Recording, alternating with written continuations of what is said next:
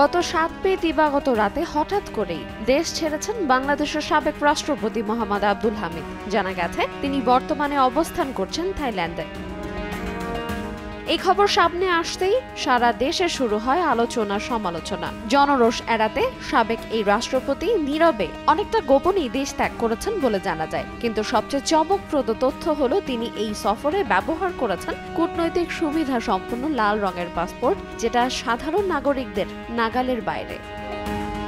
২০২০ সালের ২১ জানুয়ারি তিনি রাষ্ট্রপতি থাকাকালে ১০ বছর মেয়াদী একটি কূটনৈতিক পাসপোর্ট ইস্যু করেন, যার মেয়াদ থাকবে ২০৩০ সালের ১ জানুয়ারি পর্যন্ত।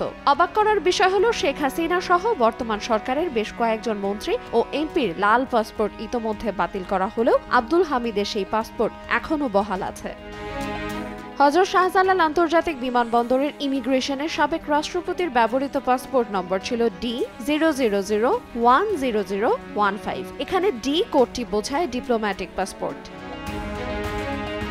বর্তমানে বিশ্বে ৪ ধরনের পাসপোর্ট আছে, তবে বাংলাদেশে ৩ ধরনের পাসপোর্ট চালু রয়েছে।